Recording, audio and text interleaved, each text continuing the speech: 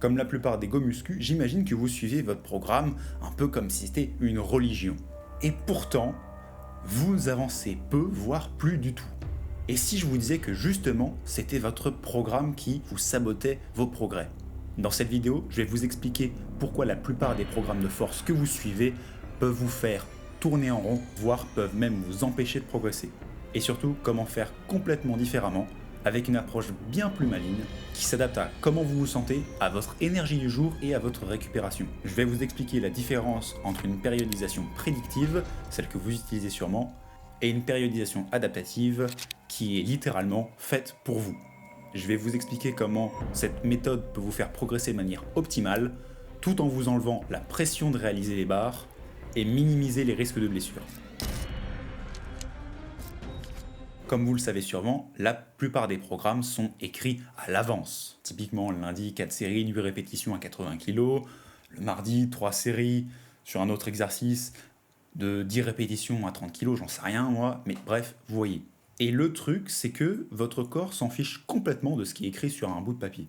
Ou sur un PDF qu'on vous donne, au passage. Voilà pourquoi cette méthode classique pose un problème. Vous avez forcément connu des jours où vous étiez au top de votre forme et des jours où vous étiez au plus bas de votre forme. Sauf qu'avec cette méthode classique, cette méthode prédictive, bien, le programme n'en tient pas rigueur. Vous devez faire telle barre, tel jour, qu'importe votre état de forme ou de fatigue.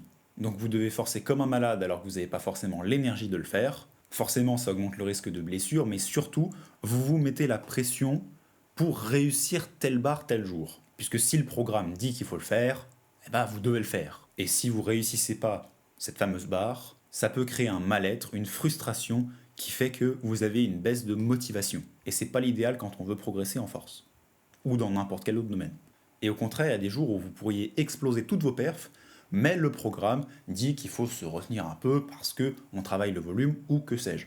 Et là, ça crée une autre forme de frustration. C'est pas la frustration de faire moins que ce qui était prévu, c'est la frustration de faire moins alors que vous pourriez faire plus. Au final, vous pouvez être frustré, vous pouvez même stagner et vous pouvez même vous blesser. Le problème de cette méthode, c'est qu'il peut y avoir une contradiction entre ce que le programme vous dit que vous devez faire et ce que vous devez faire par rapport à ce que votre corps en est capable. Imaginez un gars qui s'appelle Michel. Michel, le lundi, il a développé couché. C'est la fin de son programme, il teste ses max pour pouvoir établir un nouveau programme le mois d'après. Sur cette journée, il fait une répétition à 80 kg. Voilà, ça c'est son max, c'est avec ça qu'il va pouvoir établir les charges qu'il va faire pour le programme d'après. Premier jour de ce nouveau programme, il est censé faire, disons, 6 reps à 60 kg. Ah, pas de bol, il en fait que 4. Ok, il n'était pas en forme ce jour-là. 2 ou 3 jours plus tard, il a une nouvelle séance de développé couché où il est censé faire 2 répétitions à 70 kg. Au vu de ses performances de la séance précédente, est-ce que selon vous, il doit adapter cette nouvelle séance? Je vais m'exprimer autrement. Est-ce qu'il doit faire ces 2 répétitions à 70 kg, comme c'est indiqué sur son programme, ou est-ce qu'il doit, par exemple, réduire l'intensité pour rattraper le fil? Et c'est là qu'on rentre dans un des problèmes de cette méthode, de la méthode prédictive. Le problème dont je vous parle depuis le début, c'est ça ne s'adapte ni à votre forme du jour, ni à celle des jours précédents. Dans ce cas-là, votre corps doit s'adapter au programme, inévitablement. Maintenant, imaginez un système où c'est l'inverse, où c'est le programme qui s'adapte à vous, à votre corps et à ce que vous pouvez faire. Et bien ça change tout, en fait. C'est ça le but de la périodisation adaptative. Il n'y a pas de charge fixe, mais des objectifs flexibles. On va parler d'un concept qui permet d'avoir cette notion de flexibilité. Et c'est le RIR, ou les répétitions en réserve. Bon, c'est assez explicite comme concept, c'est combien de répétitions il vous reste avant de craquer complètement. Typiquement, vous savez que votre max au développé couché, c'est 10 répétitions à 100 kg. Si vous en faites 8, vous êtes à RIR de 2, puisqu'il vous en reste 2 en réserve. L'avantage, c'est que la variable n'est plus la charge, mais l'intensité. Donc vous n'avez plus comme objectif de faire 8 répétitions à 100 kg, vous êtes censé être à RIR de 2 à 100 kg. Typiquement, on va dire qu'il y a un jour où vous êtes en forme, et que votre objectif c'est de faire un nombre de répétitions à 100 kg au développé couché avec un RIR de 2 par exemple. En temps normal, vous devriez faire 8 répétitions à 100 kg, comme on l'a dit juste avant. Mais aujourd'hui, vous avez la patate, vous êtes en forme. Et donc, vous pouvez en faire 10 à RIR de 2. Vous savez qu'il vous en reste encore 2 en réserve, vous avez eu la même intensité, pourtant, vous avez augmenté vos perfs. A l'inverse, la semaine d'après, vous devez faire la même chose, simplement vous en faites 6, il vous en reste toujours que 2 en réserve, l'intensité est la même, simplement vos perfs ont été réduites parce que vous étiez moins en forme. Cette notion de répétition en réserve peut être assez difficile à évaluer, surtout chez les débutants. C'est pour ça que je ferai une vidéo complète qui traitera du sujet. Donc notez dans vos agendas, le dimanche 10 août à 10h, je vous dirai tout ce qu'il faut savoir sur les répétitions en réserve. Qu'on soit clair, dans cette vidéo, je vais me focus uniquement sur le RIR et donc l'intensité, mais en fait la périodisation adaptative, elle peut s'adapter de plein de manières différentes.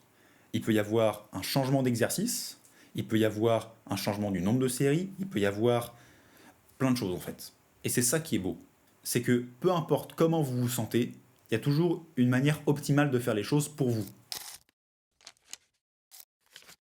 Cette approche donc vous permet de progresser même les jours où ça va plutôt moyen. Et il y a une vraie cohérence entre ce que vous pouvez effectuer et ce que vous devez effectuer.